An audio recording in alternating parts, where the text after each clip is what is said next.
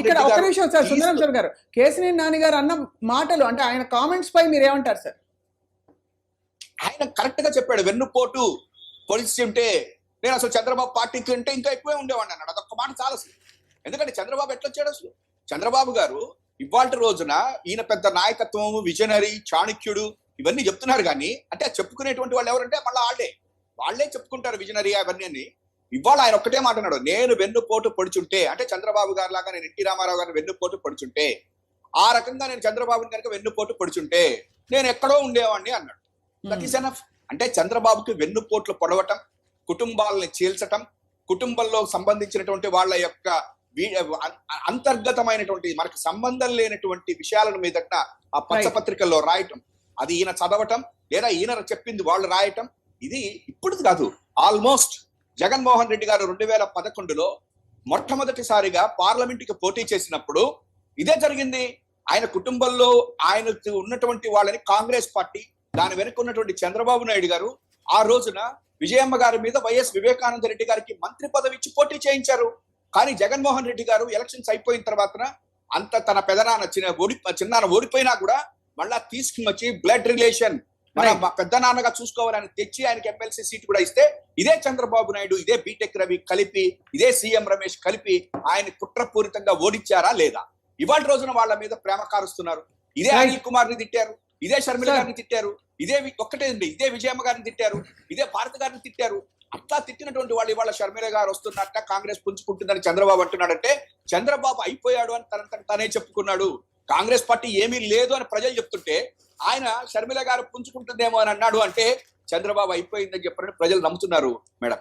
Right Venkatareddy గారు, ఇక్కడ కేసినేని నాని గారి అంటే తీవ్రమైన ఒక మనోవేదన ఆయన వ్యక్తపరిచి వెళ్ళిపోవడం, దాని గురించి మీ కామెంట్ ఏంటి? అలాగే ఇప్పుడు జరగబోతున్న పరిణామాలలో ఈ టికెట్లు అంటే సీట్లు పూర్తిగా అనౌన్స్ అయిన తర్వాత ప్రతిపక్షం పరిస్థితి ఎలా ఉండబోతుంది? అంటే ఇక్కడ సీనియర్లు ఆల్రెడీ కృషి చేస్తున్న వాళ్ళు, పెద్ద పార్టీలో కృషి చేస్తున్న వాళ్ళు ఉన్నారు, నిన్న మొన్న వచ్చిన వాళ్ళు ఆ పార్టీ నుంచి ఉంటారు. వీళ్ళ మధ్య కసరత్తులు ఎలా ఉండబోతున్నాయి? ఒకటి, ఇందాక అన్న సుందరరామ శర్మ గారు చెప్పిన దాంట్లో కుటుంబంలో చీలిక తేవటం, అది చంద్రబాబు నాయుడు అనే అతనికి వెనతో పెట్టినటువంటి విద్య. చంద్రబాబు నాయుడు గారు ముందున్నది కాంగ్రెస్ పార్టీ. ఆయన ఆ రోజు ఏమన్నాడు, రామారావు గారి మీద నేను పోటీ చేస్తానని చెప్పి మెల్లిగా వచ్చి అదే తెలుగుదేశం పార్టీలో భువనేశ్వర్ గారు వెనకాల దాక్కొని మెల్లిగా రామారావు గారి వెనకుండి ఏదే కార్యక్రమాలు చేయాలో చేసి అదే రామారావు గారికి వెన్నుపోటు పొడిచి ఆ కుటుంబంలో ఆ కొడుకులు ఆ కూతుర్లు ఎవరైతే ఉన్నారో వాళ్ళందరినీ తన వైపు చేర్చుకొని ఏదైతే ఒక చీలిక తీసుకుని వచ్చేటటువంటి ప్రక్రియ చేశాడు. అదేవిధంగా దాని తర్వాత చూస్తే ఇప్పుడు కేసినేని నాని గారి ఫ్యామిలీలో కేసినేని నాని గారు 2 సార్లు సిట్టింగ్ ఎంపీ. సో వైఎస్ఆర్సీపీ గాల్లో కూడా ఆయన ఆ రోజు గెలుస్తున్నారు విజయవాడ నుంచి. సో అదే కుటుంబంలో వాళ్ళ బ్రదర్ని తీసుకొని వచ్చి ఇప్పుడు ఆయనకి సీట్ ఇస్తామని చెప్పి కేసినేని నాని గారి కుటుంబంలో చీలిక. అంటే వాళ్ళిద్దరూ గొడవలు పెట్టుకొని కొట్లాడుకోవాలి. అంతకుముందు భూమా నాగిరెడ్డి గారి ఫ్యామిలీలో కూడా ఇదే విధంగా తీసుకొని వచ్చి భూమా అఖిలప్రియకి భూమా మౌనిక మధ్య కూడా వీళ్ళే గొడవలు పెట్టారు. అదే భూమా నంద్యాలలో భూమా నాగిరెడ్డి గారు వాళ్ళ బ్రదర్కి సంబంధించినటువంటి వాళ్ళకి సీట్ ఇచ్చి ఇప్పుడు ఆ సీటు కూడా లేదని చెప్పి ఇంకో మైనార్టీకి ఎవరికో ఇస్తున్నామని చెప్పి అక్కడ అనౌన్స్ చేసినటువంటి పరిస్థితి. మరి ఎన్ని కుటుంబంలో చీలికలు తెచ్చి ఇప్పుడు ఇంకొక విషయం ఏంటంటే విజయవాడ ఎంపీ కూడా కేసీఆర్ నానికి ఇస్తారని కన్ఫర్మ్ లేదు, సరే చిన్నీకి ఇస్తారని కూడా కన్ఫర్మ్ లేదు. అది బీజేపీలో పొత్తులో వెళ్ళింది అనుకోండి, నాని అవుట్, చిన్ని అవుట్, ఇంకో బన్నీయో ఎవరో వస్తారు ఆ ప్లేస్ లోకి. అంటే ఈ విధంగా రాజకీయంగా వాళ్ళు వాడుకోవటం ఆయనకి ముందు నుంచి అలవాటు. ఇక్కడ మేము ఒకటి స్పష్టంగా చెప్తున్నాం, మీకు ముందున్న ముసళ్ళ పండుగ, తొందరపడొద్దు. ఇప్పుడు కేసీఆర్ నాని ఒక్కడే అనుకుంటున్నారు, అదేది మీకు సీట్ ఇవ్వకపోతే ఇప్పుడు కేసీఆర్ నానితో పాటుగా మీరు ఎవరైతే జనసేనతో రేపు పొత్తులో భాగంగా 20 25 ఎన్ని సీట్లు ఇస్తారో రేపు పొద్దున అక్కడ మీకు ముందు సినిమా కనపడబోతా ఉంది. ఇప్పుడు ఏదో మా దగ్గర మేము మన 11 మందిని మార్చాం, దాంట్లో ఒక ఆయన వెళ్ళిపోయాడు, ఆళ్ళ రామకృష్ణారెడ్డి గారు. ఇప్పుడు మొన్న ఏదైతే 27 సీట్లకు సంబంధించి 24 అసెంబ్లీ 3 పార్లమెంట్కి సంబంధించి మారితే ఎవరో ఒకళ్ళిద్దరు అసంతృప్తిగా మాట్లాడారు, ఇంకెవరో కూడా మాట్లాడినటువంటి సందర్భాలు లేవు. వాళ్ళు కూడా మళ్ళీ ఏమంటున్నారు, మేము వైఎస్ఆర్ కాంగ్రెస్ పార్టీని అంటిపెట్టుకుంటున్నాం అంటున్నారు. అంటే మా దగ్గర మార్చిన వాళ్ళలో ఎవరో ఒకళ్ళిద్దరు వెళ్ళిపోతున్నారు, మిగిలిన వాళ్ళందరూ కూడా మా పార్టీని అంటిపెట్టుకుని ఉంటున్నారు. రేపు పొద్దున మీ పరిస్థితి అలా ఉండదు. ఎందుకంటే మళ్ళీ మీరు బీజేపీతో పొత్తంటే అక్కడ కొన్ని సీట్లు ఇవ్వాలి, మళ్ళీ అక్కడ ఇంకో సినిమా మీకు రేపు కనపడబోతా ఉంది. సో ఎందుకు తొందరపడతారు?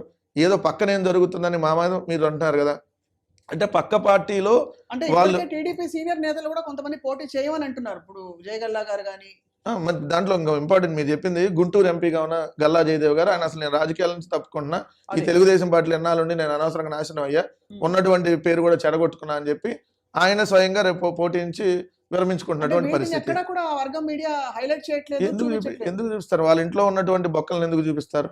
అవతలాలు అక్కడ ఏమి లేకపోయినా కూడా వీళ్ళే ఒకటి దూర్చి ఇదిగోండి బొక్కబడిందని గుచ్చి మరీ చూపించేటటువంటి ప్రయత్నం చేస్తారు. నేను ఒకటి అంటుంది ఏంటంటే క్లియర్ గా మా పార్టీలో మేము సీట్లు మారుస్తున్నాం, దాని గురించి మీరు ఎందుకు ప్రతిగా ఆలోచిస్తున్నారు? అంటే ఏంటి? మేము అనుసరిస్తున్నటువంటి వ్యూహాలు, మేము తీసుకుంటున్నటువంటి మార్పులు, లేదంటే మాకు సంబంధించి మేము తీసుకుంటున్నటువంటి ప్రతి ఒక్క డెసిషన్ మీద మీరు మాట్లాడుతున్నారంటే మా పార్టీ డెసిషన్స్ మీద, అంటే మా పార్టీలో మేము తీసుకుంటున్న కరెక్ట్ అనే కదా దానికి అర్థం. దానివల్ల మీకు నష్టం జరగబోతుందనే కదా అర్థం. అది క్లియర్ గా కనపడతా ఉంది. ఎందుకంటే చంద్రబాబు నాయుడు గారు ఏమో మారిపోతే కరెక్ట్ అంట. ఏది? ఆయన చంద్రగిరి నుంచి కుప్పం మారచ్చు, అది కరెక్ట్. ఇదే అంతర్జాతీయ మహిళా అధ్యక్షురాలు ఉందాం, మామూలుగా ప్రపంచానికి బాగా తెలిసిన వ్యక్తి అంగలపూడి అనిత గారని, ఆమెమో పాయకరావుపేట ఎమ్మెల్యేగా ఉండి కొవ్వూరుకి వెళ్ళొచ్చు, చంద్రబాబు నాయుడు గారు ట్రాన్స్ఫర్ చేయొచ్చు. అదే విధంగా గంటా శ్రీనివాసరావు గారు భీమిల ఎమ్మెల్యేగా ఉండి విశాఖపట్నం నార్త్ కు ట్రాన్స్ఫర్ చేయొచ్చు. అదే విధంగా ఆయన ఉన్నాడు బీర్ హెల్త్ డ్రింక్ అన్నాడు, ఆయన పేరు జవహర్ గారు, ఆయనేమో కొవ్వూరు నుంచి కృష్ణా జిల్లా తిరువూరుకి మార్చొచ్చు. సిద్ధారాఘవరావు గారు దర్శించి ఎంపీగా ఒంగోలుకి పంపించవచ్చు. వీళ్ళేమో ఈ ట్రాన్స్ఫర్లు చేయొచ్చు, మేమేమో మార్పులు చేర్పులు చేస్తే ఇక్కడ ఏదో జరిగిపోతుంది. నానిగారి నుంచి చిన్నికి ఎందుకు సార్? గుడివాడలో రావి వెంకటేశ్వరరావు గారికి అంతకుముందు సీట్ ఇచ్చారు, తర్వాత దేవినేని అవినాష్కి ఇచ్చారు, మొన్న మళ్ళీ రావి వెంకటేశ్వరరావు గారికి అన్నారు, మళ్ళీ ఇప్పుడు కొత్త ఎన్ఆర్ఐని తీసుకొని పెట్టారు. అంటే మీరేమో సంవత్సరానికి ఒక ఇన్ఛార్జికి మార్చొచ్చు. మొన్నటిదాకా పామరు కాన్స్టిట్యున్సీలో మా పార్టీలోంచి వెళ్ళిన ఉప్పులేటి కల్పన మీకు ఇన్ఛార్జ్, ఆమె చేత పోటీ చేయించారు, ఓడిపోయింది. అంతకుముందు వరలరామయ్య మీ క్యాండిడేట్, ఆయనకి హ్యాండ్ ఇచ్చి ఎవరైతే మా పార్టీలోంచి వెళ్ళినా సీట్ ఇచ్చారు, ఇప్పుడు ఆమెకు కూడా హ్యాండ్ ఇచ్చి మళ్ళీ ఇంకోళ్ళకి అంటున్నారు. అంటే ఏం దానికి అర్థం? అంటే మీరేమో మారిస్తేనేమో కరెక్ట్ చేసినట్టు, మేమేమో సామాజిక న్యాయంలో భాగంగా సామాజిక న్యాయాన్ని సాధిస్తూ 175 సీట్లు గెలిచేటటువంటి లక్ష్యంతో మేము ముందుకెళ్తేనేమో మీకు ఇబ్బంది కలుగుతుందని, అంటే మీరు ఎటు ఓడిపోతారని ఆల్రెడీ ఫిక్స్ అయ్యారు కాబట్టి. అంతకుముందు ఎందుకు కనీసం 1-2 సీట్లు అన్న గెలుస్తే అనేటువంటి ఆలోచన ఉండేది వాళ్ళకి. ఇప్పుడేంటి? ఇన్ని మార్పులు చేయటం వల్ల జగన్మోహన్ రెడ్డి గారు తీసుకున్నటువంటి నిర్ణయాలు కరెక్ట్ అని చెప్పి వైఎస్ఆర్సీపీతో పాటు ఆంధ్రప్రదేశ్ రాష్ట్ర ప్రజానికం అంతా అంటున్నారు కాబట్టి వాళ్ళకి ఇప్పుడు ఈరోజు ఇబ్బందికర పరిస్థితులు ఏర్పడ్డాయి. అందుకనే వాళ్ళు మా మీద లేనిపోయినన్ని చెప్పి ఏదో విధంగా ఈ ప్రభుత్వం మీద వ్యతిరేకత ఉంది, లేని అన్ని ఉన్నట్టుగా రాసి, వాళ్ళు ఎవరు నిన్న ఒకటి రాశారు. మేము అంత ఆశ్చర్యం అంటే, పలానా ఎమ్మెల్యేనంట ఎందుకు మీరు చంద్రబాబు నాయుడు గారిని తిట్టట్లేదని మేము అడిగామంట. అంటే మధ్యలో ఈయన రాధాకృష్ణ లేదంటే రామోజీరావు మధ్యలో ఉన్న మీడియేటర్గా ఉన్నారు, వాళ్ళిద్దరి మధ్యలో మాట్లాడేటప్పుడు ఎవరైనా ప్రభుత్వం తీసుకుంటున్నటువంటి దాని మీద పాజిటివ్ గా ప్రజల్లోకి తీసుకెళ్లాలి, ఏదైతే ప్రతిపక్షాలు చెప్తున్నటువంటి మనం సమర్థవంతంగా తిప్పికొట్టాలని ఏ నాయకుడైనా ఎవరికని చెప్తారు. బేసిక్ పాయింట్, రాయడం విచిత్రంగా ఉంది. Basic point. దాన్ని మొన్నటిదాకా ఏం రాశారు? వైఎస్ఆర్ కాంగ్రెస్ పార్టీకి సీట్లు తీసుకోవడానికి ఎవరూ లేరు, అసలు మొత్తం ఖాళీ అయిపోయింది. మళ్ళీ ఒక 10 రోజుల తర్వాత పేపర్ చూస్తే 100 కోట్లు అడుగుతున్నారు, 140 కోట్లు అడుగుతున్నారు. అమ్మో ఇంత డబ్బులు కాంపిటీషన్ ఉంది ఇక్కడ.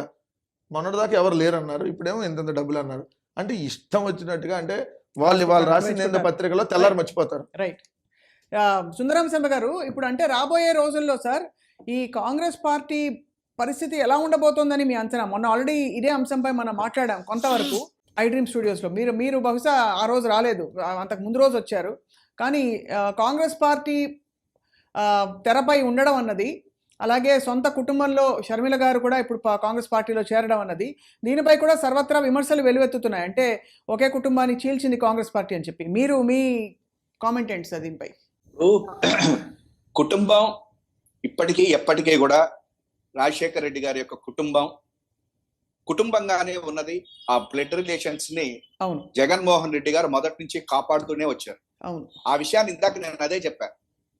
తన తల్లి మీద ఆ రోజున పోటీ చేసినప్పుడే వివేకానంద గారి పార్టీలోకి చేసుకుని ఆయనకి ఎమ్మెల్సీ దాకా ఇవ్వాలి అని వెళ్ళినటువంటి రోజునే జగన్మోహన్ రెడ్డి గారి యొక్క వ్యక్తిత్వం, అంటే తన కుటుంబం, దాని మీద ఉన్నటువంటి ప్రేమ అభిమానాలు ఆ రోజునే ప్రజలకు తెలిసిపోయాయి. అయితే ఇవాళ కుటుంబం ఏంటంటే ఆ రోజున ఎన్టీ రామారావు గారిని కుటుంబం మొత్తం వెన్నుపోటు పొడిచి ఆయనని రోడ్డు మీద పడేస్తే, ఇవాళ ఒక ఆమె, అంటే పేరు కూడా చెప్పుకోవచ్చు మనం, ఒక ఆమె 3 లక్షల చెక్కు పట్టుకుని నిజం గెలవాలి అనుకుంటూ రోడ్డు మీద పడినారు మన భువనేశ్వరి అక్క.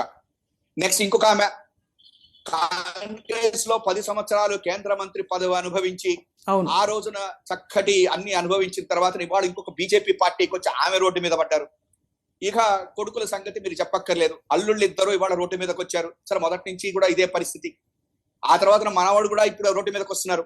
అంటే కర్మ అనేటువంటిది సిద్ధాంతం ఇవాళ ఏ రోజునైతే ఎన్టీఆర్ ని రోడ్డు మీదకి లాగేందో ఆ కుటుంబం మొత్తం ఇవాళ ఒక్క జగన్మోహన్ రెడ్డి అనేటువంటి ఒక్క చిన్న వయసులో చిన్న వ్యక్తి మీద ఉన్నటువంటి అసూయ, ద్వేషం, ఈర్ష్యతోటి రోడ్డు మీద పడ్డారు. అంటే కర్మఫలం ఆ కుటుంబాన్ని వెంటాడుతూనే ఉన్నది. ఇప్పటికైనా వాళ్ళు దీన్ని చూసి కొంచెం జాగ్రత్త పడితే మంచిది. There is no doubt Jaganmohan Reddy గారి యొక్క పాలసీల మీద కానీ, జగన్మోహన్ రెడ్డి గారి యొక్క ప్రభుత్వ విధానాల మీద కానీ వాళ్ళకి ఎట్లాంటి ఇవి ఉన్నప్పటికీ కూడా మనకు అభ్యంతరం లేదు. దాని మీద విమర్శలు చేయడానికి కూడా మనకు అభ్యంతరం లేదు.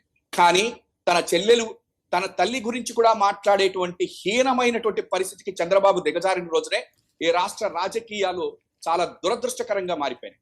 అంతకంటే భారతి గారి గురించి మాట్లాడేటువంటి విధానం, లేకపోతే రేపు జైలుకి వెళ్ళిపోతున్నారు, భారతి గారు సీఎం అయిపోతారు అనేటువంటి మాటలు మాట్లాడినటువంటి వీరి యొక్క కుటుంబం, ఎవరైతే మహిళలు ఉన్నారో వాళ్ళందరూ ఇవాళ ఎక్కడున్నారో అనేది ప్రజలు చూస్తా ఉన్నారు. నేను ఇవాళ ఒక్కటే చెప్తా ఉన్నా, మీరు అన్నట్టుగా ఇవాళ జగన్మోహన్ రెడ్డి గారు సీట్లు మారుస్తున్నా, లేకపోతే వేరే చోటకి మంత్రుల్ని మారుస్తున్నా, అదంతా ఆయన సొంతంగా పార్టీ పెట్టుకున్నారు. ఆ పార్టీ విధి విధానాల కోసం తను 175 సీట్లలో గెలవాలి అనేటువంటి ఒక ఇదితోటి ఆయన వెళ్తున్నారు. ఆయన యొక్క పాలసీల మీద విమర్శించడం వరకు తప్పు లేదు. కానీ షర్మిల గారి విషయంలో కూడా నేను ఒకటే చెప్పదలుచుకున్నా, నేను ఆమె పొరపాటును కూడా ఆమె యొక్క దీని మీద మనం మాట్లాడాల. కానీ మీరు కాంగ్రెస్ పార్టీ అని చెప్పనంటే కొంతమంది ఒక్కొక్కప్పుడు రాంగ్ ఇవి తీసుకుంటా ఉంటారు. మనకి తెలియక ఏ గుర్రం అంటే ఈ రేసుల్లో ఉన్నటువంటి వాళ్ళకి వీళ్ళకి బాగా తెలుస్తుంటుంటే మనం చూస్తూ ఉంటుంటాం. అది పరిగెత్తుతుందేమో అనుకుని ఆ గుర్రం మీద కాస్తారు, మొత్తం ఆస్తులు పోగొట్టుకుంటారు, అన్ని పోగొట్టుకుని అవుతుంటారు. అట్లా ఇవాళ షర్మిలమ్మ గారు మాత్రం పాపం ఏమీ లేనటువంటి ఆ కాంగ్రెస్ మీదకి వెళ్ళిపోయేసేసి బహుశా రాజకీయంగా ఆమె చాలా ఇబ్బందులు పడతారేమో డెఫినెట్ గా అని చెప్పని నాకు అనిపిస్తుంది. కాంగ్రెస్ పార్టీ ఈ రాష్ట్రంలో ఏమీ లేదు. రాజ్యాంగ కాంగ్రెస్ పార్టీని భూస్థాపితం చేయమన్నటువంటి చంద్రబాబు నాయుడు 2018లో ఎప్పుడైతే కాంగ్రెస్ తోటి కలిశాడో ఆ రోజున తెలంగాణలో భూస్థాపితం అయిపోయింది. ఎప్పుడైతే చంద్రబాబును దూరంగా పెట్టారో సరే ఏదో 4-5 సీట్లతోటి మొత్తం మీద అక్కడ అధికారంలోకి వచ్చి చంద్రబాబుని నమ్ముకున్నటువంటి బాగుపడినటువంటి వాడు రాజకీయాల్లో ఇక్కడ వరకు ఆంధ్రప్రదేశ్ లో ఎవరూ లేరు. అయితే షర్మిల గారు వెనక కూడా ఇవాళ ఎవరున్నారు అనేటువంటిది మాత్రం ప్రజలు ఆలోచన చేస్తున్నారు. కాదంటే